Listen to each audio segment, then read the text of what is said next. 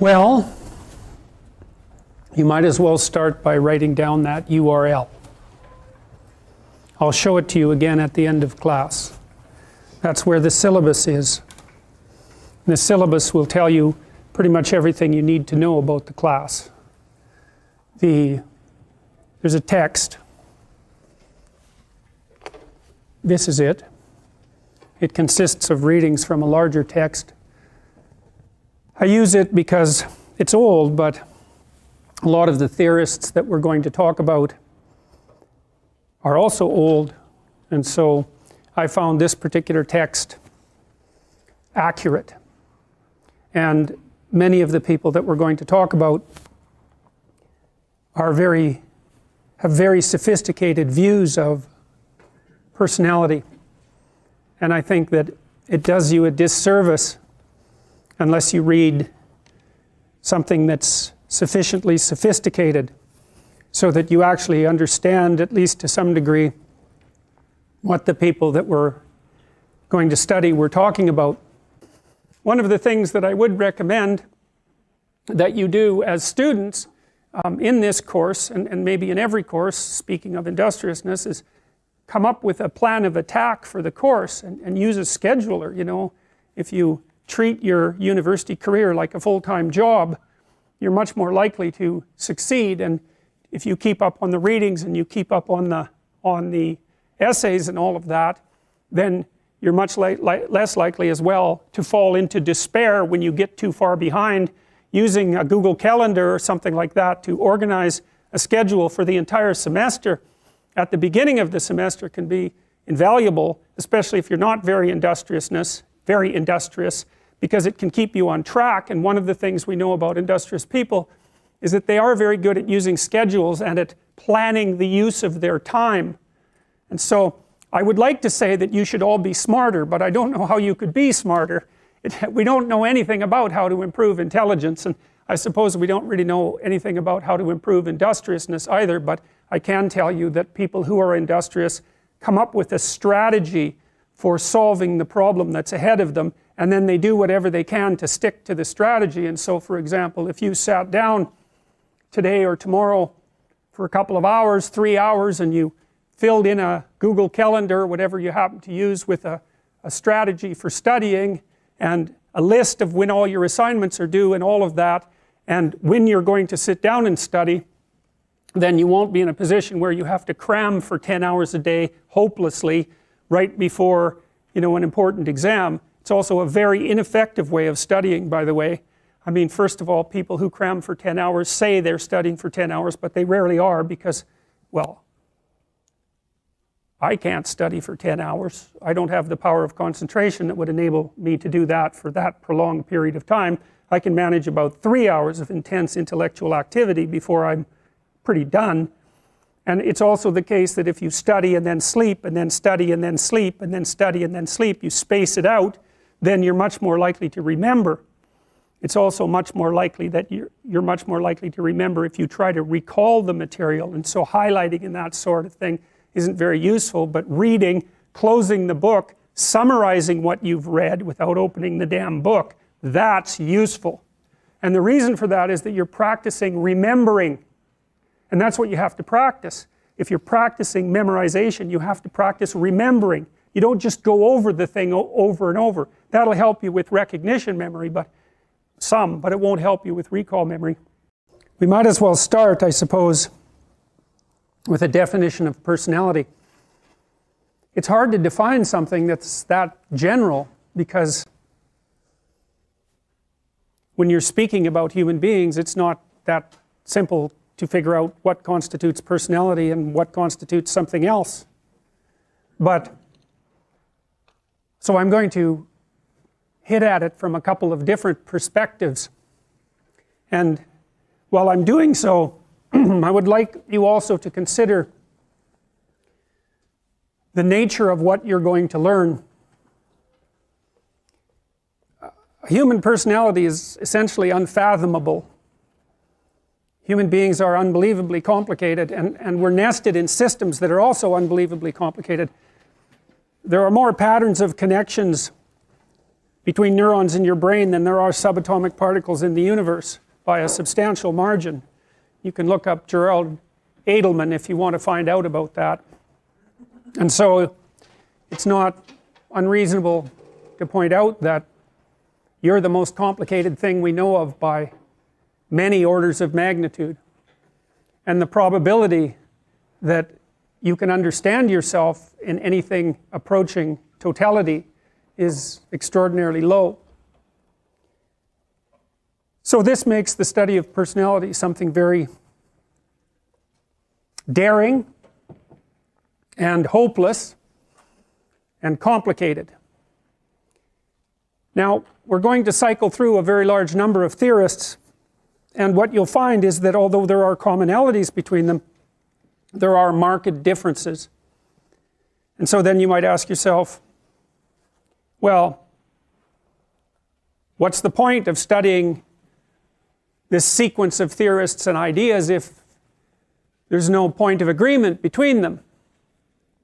And I would say, first, there are points of agreement between them.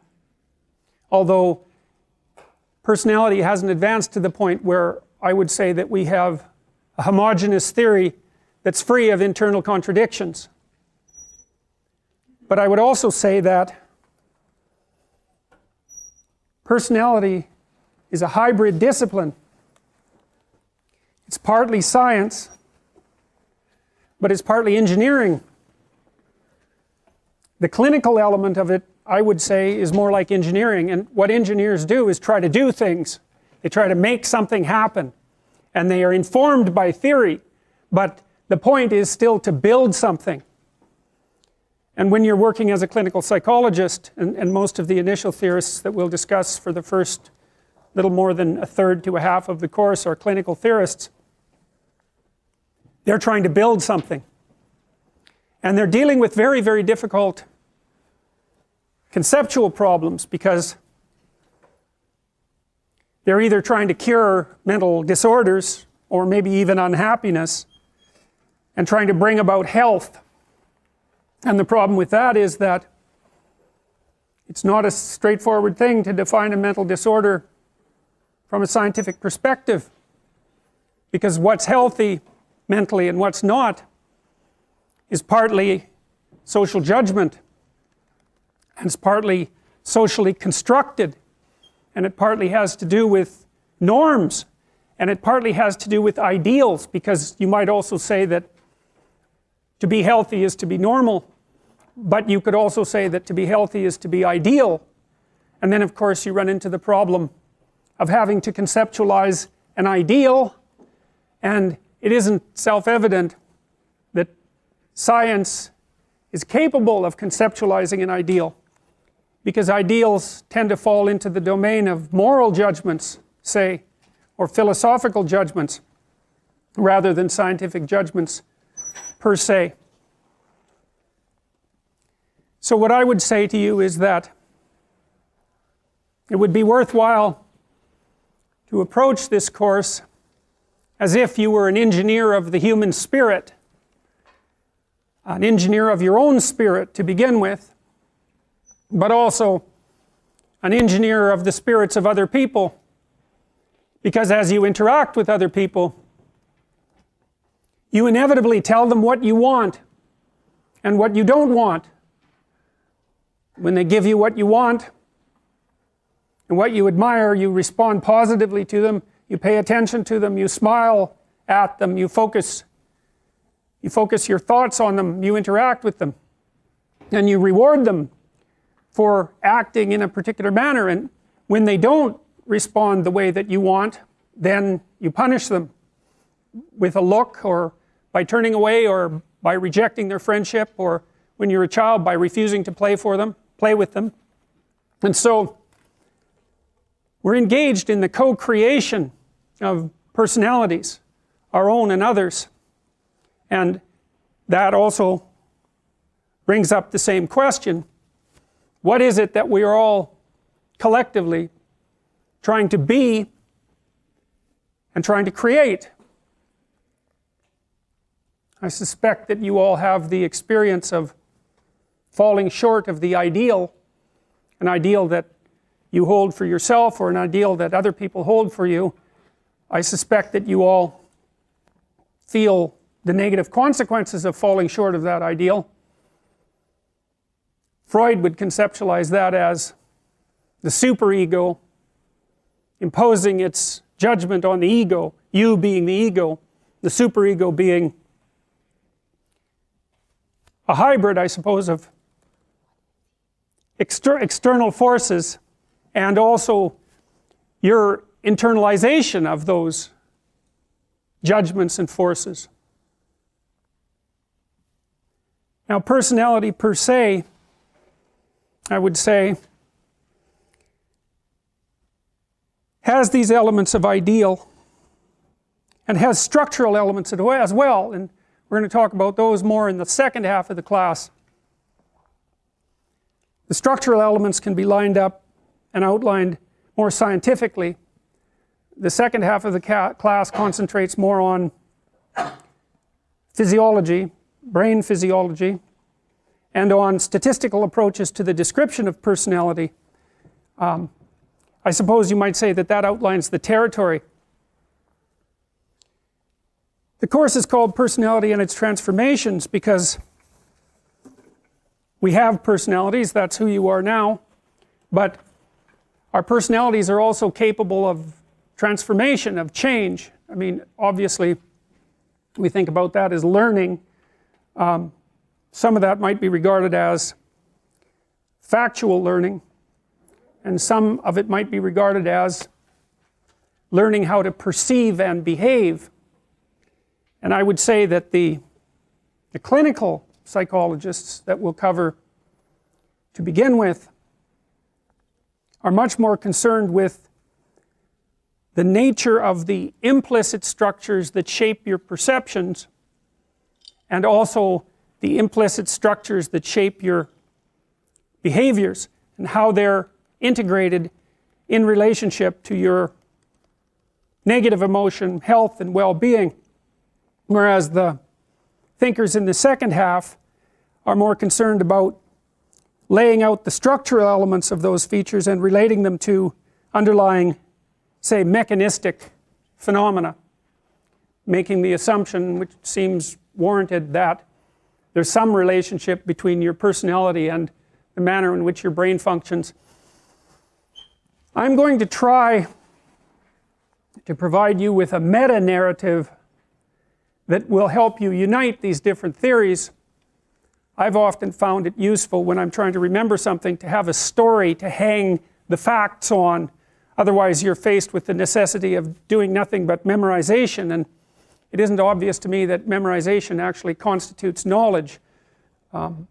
What constitutes knowledge is the generation of a cognitive structure that enables you to conduct yourself more appropriately in life. And so I suppose you might say that a course in psychology, you could argue that a course in psychology, especially in personality, is a course in applied wisdom as well, assuming that wisdom is in part your capacity to understand yourselves so that you don't present too much of an intolerable mystery to yourself, and also to understand others so that you can predict their behavior, understand their motivations, negotiate with them, listen to them, and formulate joint games with them so that you can integrate yourself reasonably well with another person and with a family and in society. Well, the structural elements of personality might be regarded as the implicit structures that govern your perception and that tilt you towards certain kinds of behaviors. I can give you some examples. We can talk about the Big Five model just briefly. The Big Five personality model is a statistical model which we'll cover in detail, trait by trait, partly during the second half of the course. So anyways, those particular traits, you can think of those as ways that you simplify the world, right? There's lots of different places that you can act in the world, and there's lots of different ways you can look at it and survive. That's why you can be a plumber and a lawyer and an engineer, and those all work, right? Even though they're very different modes of being.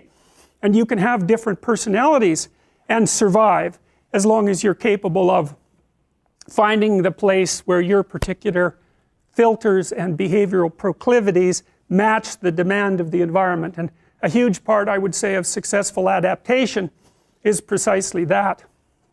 Now, there are other elements of personality too. One of the things that I've been struck by, and this is actually one of the criticisms I have of the psychoanalysts and the clinicians in general, even though I have great admiration for them and would say that what they have to say is very much worth listening to, is that it's not obvious that your personality is inside you. You know, you think, you know, a human being is a strange multi-level thing, and you might ask yourself, well, for example, you know, is your mother more a part of you than your arm? Or maybe even more precisely, is your child more a part of you than your arm? I mean, certainly people will do drastically self-sacrificing things to maintain the lives of their children.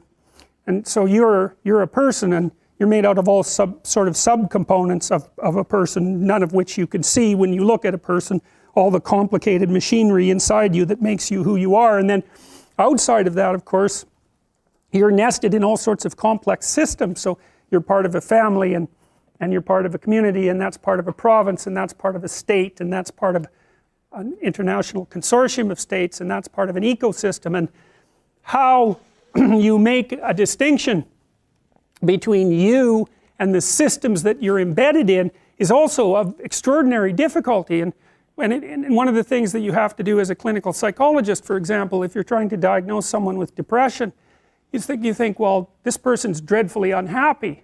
Well, you can think about that as a problem with their psychological adjustment, you know, the way that they're looking at the world. But if you look at the epidemiological literature, for example, one of the things that you find is that very many people have a first depressive episode after something genuinely terrible has happened to them, right? They've lost someone, or they've become injured, or they've become unemployed, because unemployment is a terrible shock to people. And it's not precisely self-evident that you can consider someone who's unhappy and desperate because they no longer have a job depressed. They're certainly sad and they're not doing very well, but the fact that they no longer have an income is actually something with dramatic practical consequences, and treating that as if it's a mental disorder seems to be counterproductive.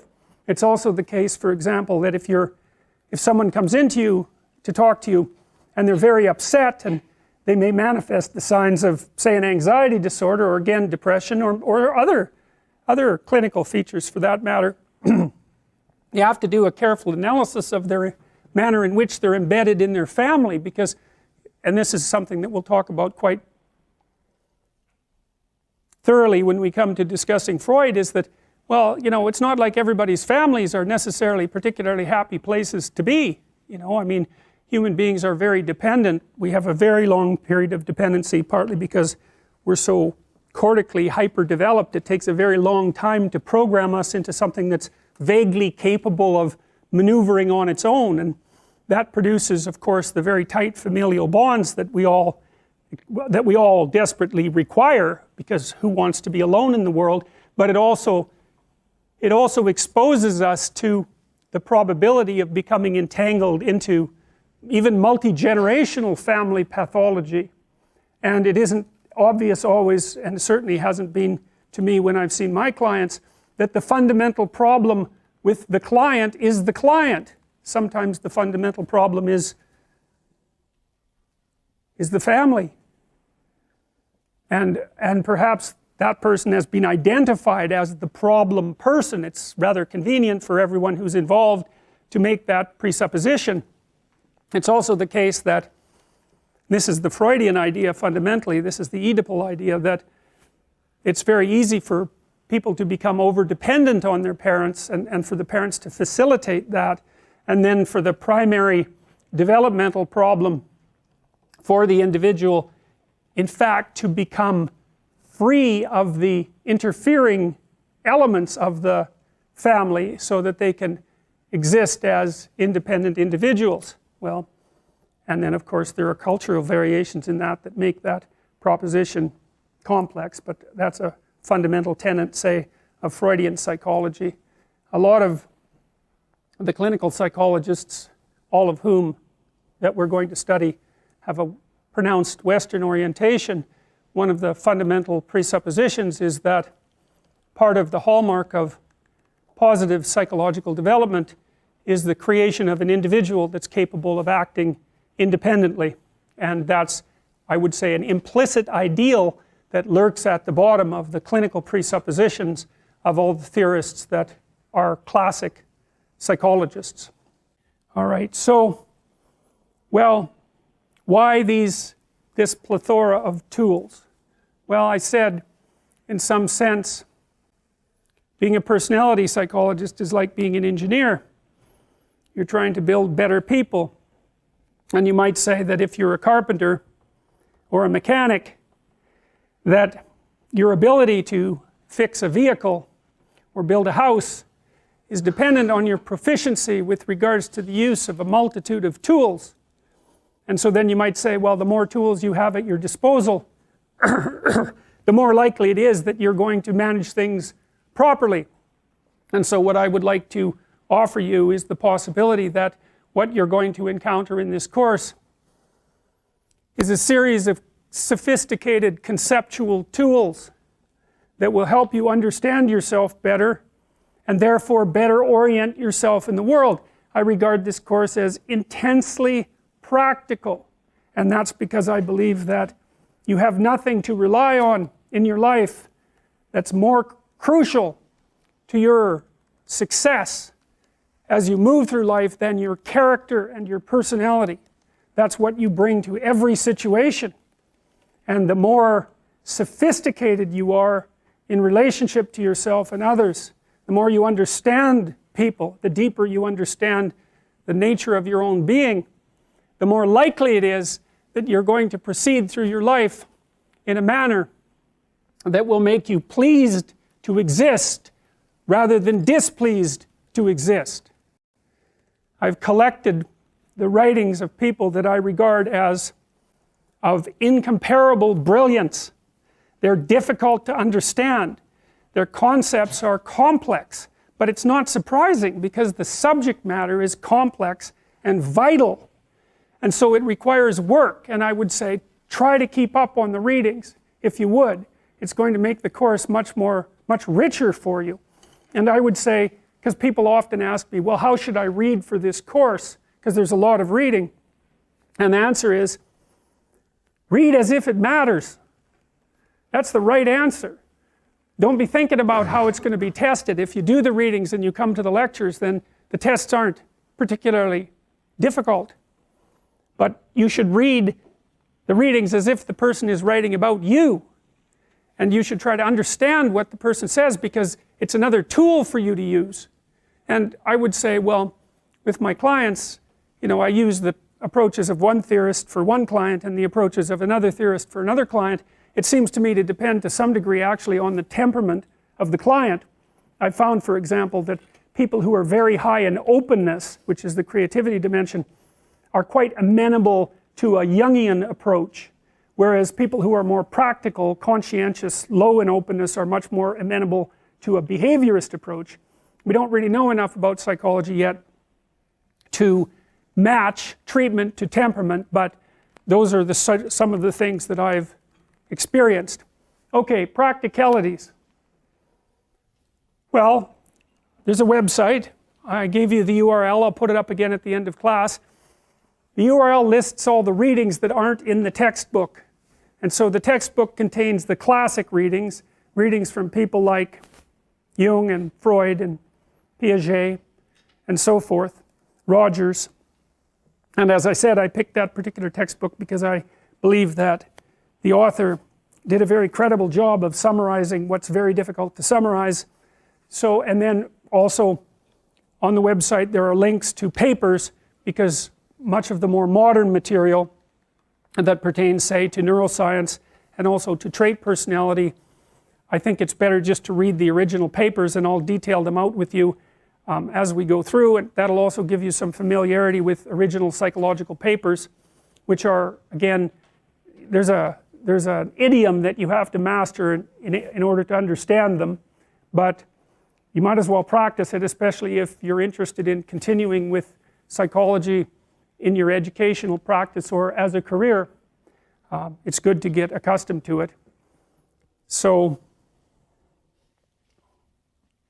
there again is the URL for the class. If you go to jordanbpeterson.com, which isn't too hard to remember, assuming you can remember my name, then classes are listed on the left hand side. You can just find the syllabus there. Alright, so here's what we're going to cover. Well, today obviously this is the introduction and overview. The class is a little strange this year because one day it's an hour and the next day it's 2 hours, so not exactly sure how we're going to negotiate our way through that, but we'll figure it out.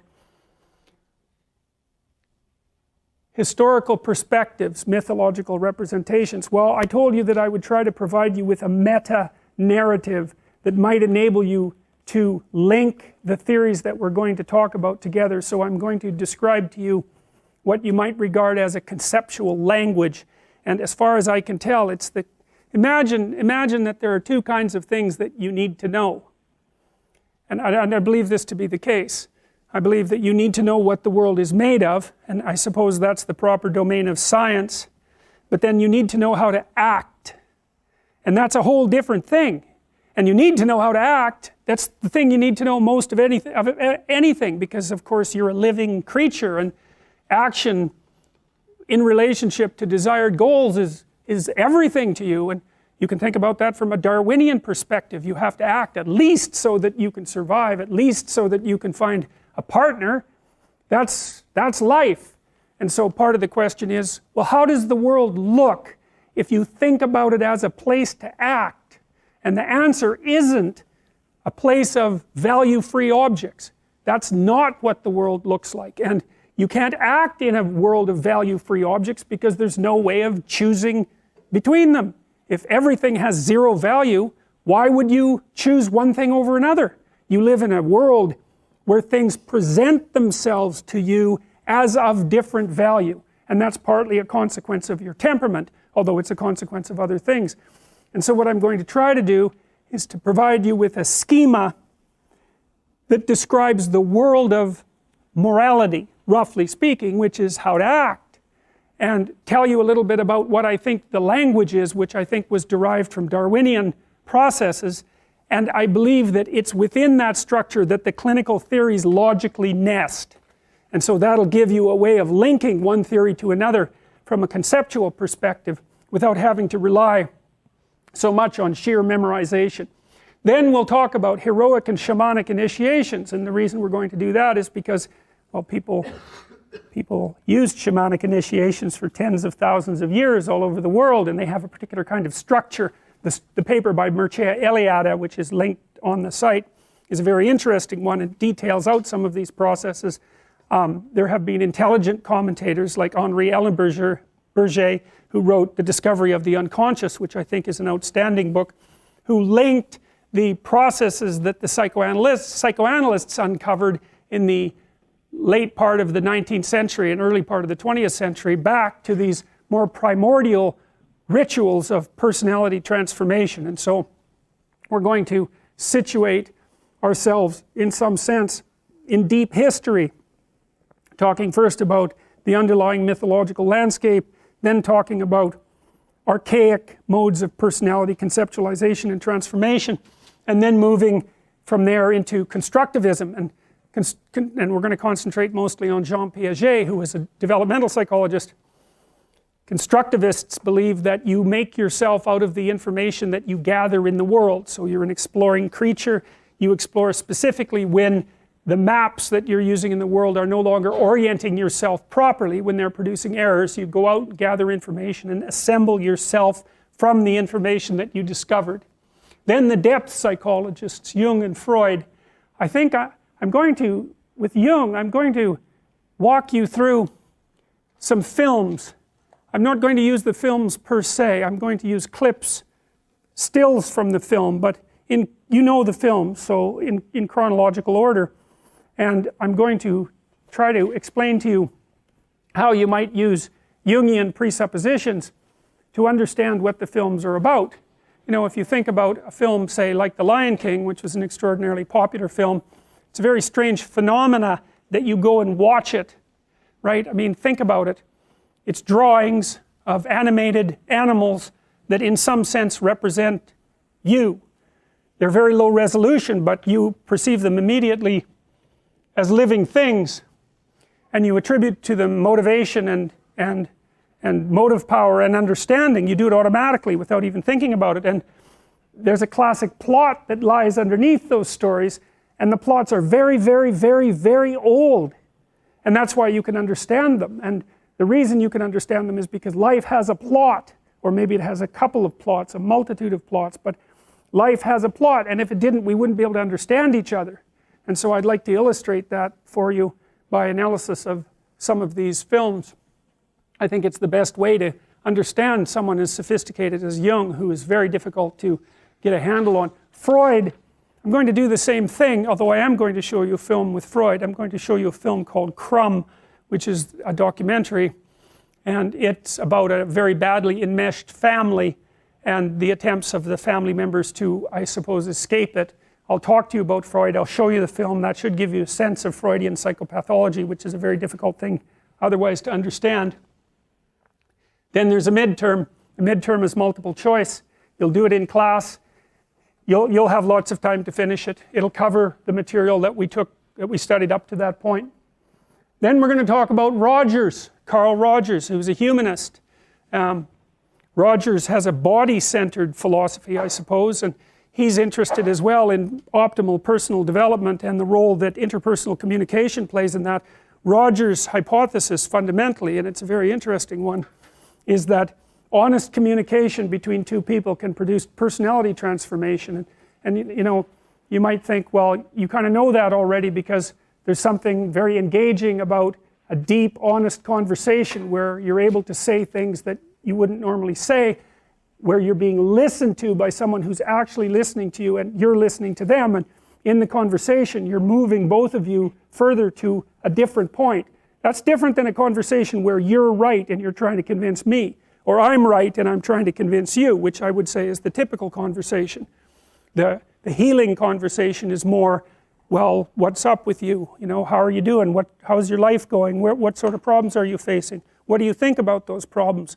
Can you conceptualize what a solution might be? Is there a way we could figure out how to get there?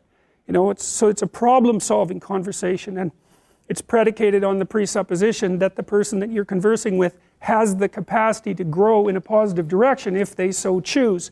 That's the fundamental presupposition of Rogerian psychology. May and Frankl are also humanists. I'll finish telling you what the rest of the material is the next time that we meet. I should let you know a little bit more about the structure of the course. The second midterm is March 14th. And there's a final at the end as well. So the multiple choice tests are graded in that manner: 25%, 25%, and 27.5%. They're not cumulative. Each test only covers what you covered before, since the last test, including the final. You'll be required to write an essay of 15%. It's 1,000 words, sorry, not 750 words. And you'll also do an online exercise, a personality analysis, which is pass-fail. All you have to do is complete it and show proof of completion. It helps you do a modified Big Five analysis of your own personality, concentrating on your virtues and your faults, so it's an active exercise in the application of personality theory to personal development. And so that's the structure of the course. I can tell you there's a sign-up sheet on the syllabus.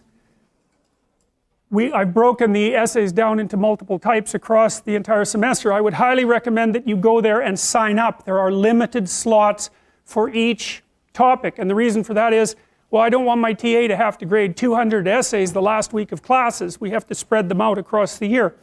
So figure out a topic and sign up. Please do that sooner rather than later. It's It's an industrious thing to do. It'll help you organize yourself. I'll post something that's quite useful about how to write, especially a 1,000-word essay. And I'll close, the essays are due 1 day before class. I'll close, by the way, by telling you who shouldn't take this course, okay? First of all, if you didn't like this lecture, then don't take this course, because this is what the lectures are going to be like. So, and they're not for everybody. I use a lot of loose associations and try to gather them back in, and I kind of wander around. That way I can talk directly to you, which I like doing, but I sacrifice a certain amount of organization for that. But my sense is that it's worth the sacrifice. The second thing is, there's a lot of reading, a lot. And a lot of it is, I would say, a lot of it's hard science, the last half in particular. But the first half of a lot of it's philosophical in nature, philosophical/psychological. And so, if you're not interested in that, like if you're a pure science type and you're not interested in the clinical elements, say, of personality, and in investigating the philosophical underpinnings of those clinical theories, then I would say this isn't the course for you. And so you should take that seriously, because the readings are hard, there's a lot of work involved in this course, and it would be better if you took a course that you actually wanted to take. So, well, welcome to Psychology 230, and we'll see you in a bit.